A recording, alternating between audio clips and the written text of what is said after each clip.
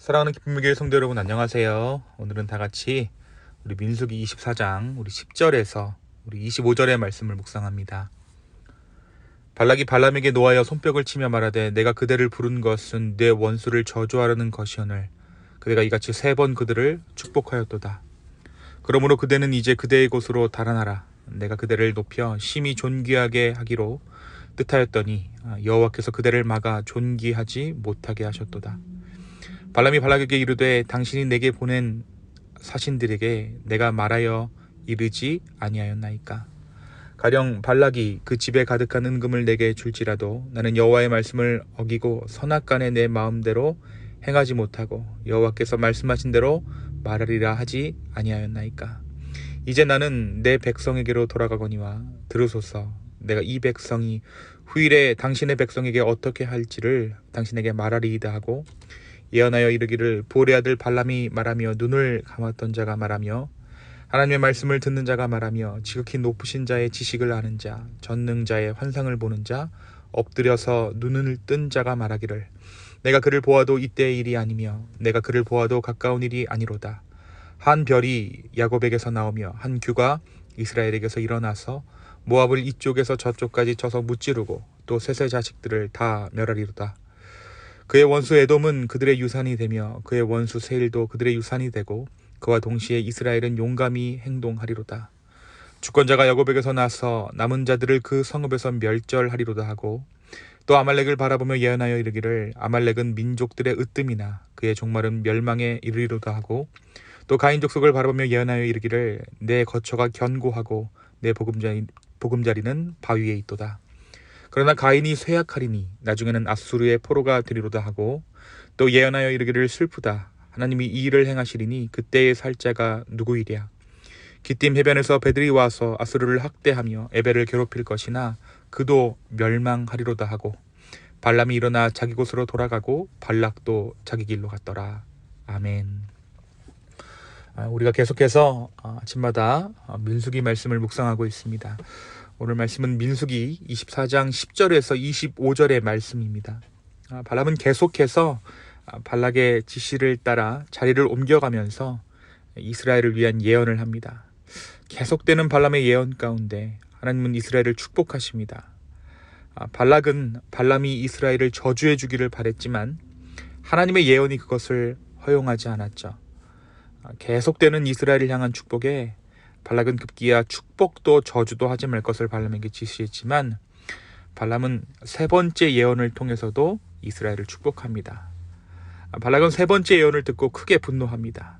그리고 약속한 대가를 하나도 줄 수 없다고 이야기합니다. 하지만 발람은 이스라엘을 축복할 수밖에 없었습니다. 그것이 하나님의 뜻이었기 때문입니다. 오늘 말씀은 4번째로 임한 하나님의 계시를 전하는 발람의 예언을 내용으로 하고 있습니다. 사실 이 예언은 발락이 요청했던 것이 아니죠. 하지만 발람은 이 메시지를 발락에게 전할 수밖에 없었습니다.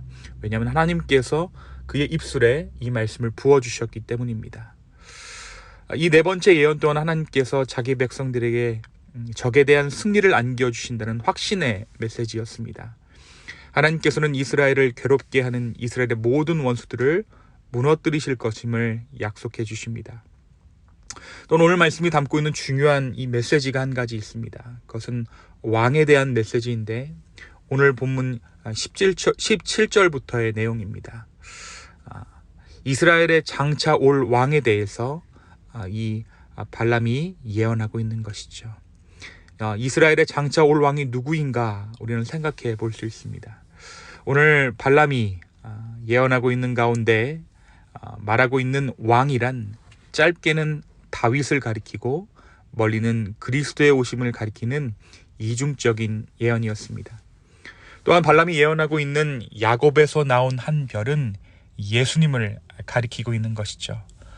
계시록에 기록된 광명한 새벽별이신 예수님을 발람이 예언을 통해 말하고 있는 것입니다. 또한 오늘 발람은 예언 가운데 이스라엘에게서 일어난 한 홀에 대해서 이야기하는데 홀이란 권위를 상징합니다. 이스라엘에게서 일어난 한 권위, 그것은 바로 예수님의 온 세상을 통치하시는 그 우주적인 통치를 가리키고 있습니다. 이 발락이 예언을 들었을 때는 이스라엘의 작은 승리, 그러니까 가나안 땅의 이방 민족들을 무너뜨리는 정도로 이 예언이 받아들여졌겠지만, 오늘 우리는 이 예언이 예수 그리스도의 나심과 예수님의 왕되심을 가리키고 있음을 알 수 있습니다. 결국 그렇게 발람은 이스라엘을 향한 마지막 예언을 마칩니다. 그런데 발람은 어떻게 되었습니까? 발락이 원하는 예언을 하지 않았음에도 불구하고 발람은 살아남습니다. 오늘 말씀 마지막 절 35절, 25절이 무엇을 이야기하고 있습니까? 발람이 일어나 자기 곳으로 돌아가고 발락도 자기 길로 갔더라. 굳이 이 말씀을 기록하고 있는 것은 발람이 살아남았다라는 것이죠. 발락이 원하는 예언을 하지 않고도 발람이 살아남아 자기의 처소로 돌아갈 수 있었다라는 것입니다. 누가 그를 보호하셨습니까? 하나님께서 발람을 보호하셨습니다. 하나님의 말씀을 전하는 선지자 역할을 한 발람을 하나님께서 끝까지 지켜주신 것입니다. 사랑하는 성도 여러분, 오늘 말씀은 우리에게 무엇을 말해주고 있을까요? 먼저 돈을 따라, 명예를 따라 모압 땅으로 향했던 발람을 끝까지 사용하신 하나님의 섭리를 오늘 말씀을 통해 우리는 발견합니다. 오늘 말씀에서 발락은 발람을 조롱합니다. 약속대로 저주를 했으면 부와 권력이 주어졌을 텐데 저주를 막으신 하나님 때문에 발람이 빈손으로 돌아가게 되었다라고 비꼽니다. 하지만 발람은 끝까지 이스라엘을 축복합니다. 너무나도 뚜렷한 하나님의 계시에 발람이 다른 말을 할 수 없었던 것이죠. 근데 우리가 기억해보면 발람이 원래 돈에 관심이 없던 자가 아니었습니다. 발람이 정말 그런 것들에 관심이 없었다라면 발락이 불러오지도 않았어야 했고 발람이 그것을 따라가는 일도 없었어야 합니다. 하지만 시간이 흐를수록 발람은 진정으로 집안에 가득한 은금보다 하나님의 말씀을 중요시하면서 하나님의 말씀을 대언하기 시작합니다. 이것은 하나님께서 이 부족한 발람을 예언자 삼으시고, 점쟁이와도 같았던 이 발람을 예언자 삼으시고 그를 지극히 높은 자의 지식을 아는 자로 인정해 주셨으며, 이방인인 그의 입에 이스라엘의 미래에 관한 귀중한 말씀들을 담아 주셨기 때문에 이 모든 일들이 가능했던 것입니다. 그렇습니다. 우리 또한 나와 하나님, 나의 야망과 하나님 나라 사이에서 늘 갈등합니다. 하지만 주를 향한 시선을 놓치지 않고 말씀을 향한 귀를 닫지 않을 때 주님은 우리도 모르는 사이에 우리를 성장하게 하실 것입니다.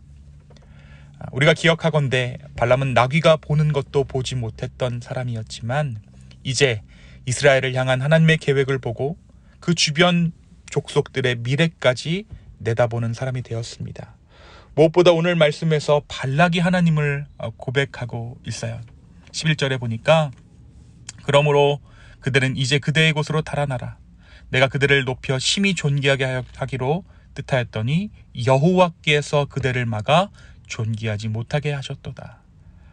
발락은 이 발람의 계속되는 예언을 통해 발락조차도 하나님을 인정하게 되었다라는 것이죠.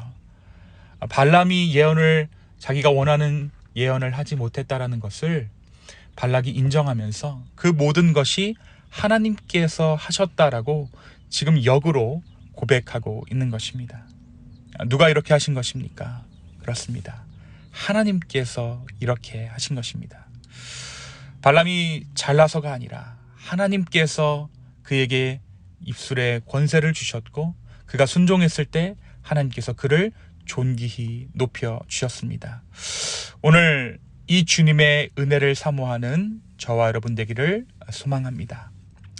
또한 오늘 말씀은 끝까지 이스라엘을 축복하시는 우리 주님을 보게 하십니다. 하나님은 발람을 통해 이스라엘을 축복하셨습니다. 발람의 예언을 통해 드러나는 이스라엘의 모습은 존귀한 왕가와도 같습니다. 하지만 우리가 잊어서는 안 될 것이 있죠. 우리가 잊어서는 안 될 것은 이스라엘의 실상이라는 것이 축복받기에 합당한 모습이 아니었다라는 것입니다. 발람의 계속되는 예언을 듣다 보면 우리가 민수기 이전 부분에서 나누었던 이스라엘의 실상을 잊게 됩니다. 하지만 어떻습니까? 그들은 계속해서 실수하고 계속해서 넘어졌던 자들입니다. 그런 그들의 과오를 잊을 만큼 주님께서 그들을 발람을 통해 축복하고 계시는 것입니다. 사랑하는 성도 여러분, 오늘 지난 과오를 잊게 하시고 우리의 실상조차 잊게 하시는 하나님의 축복이 바로 저와 여러분 안에 있습니다.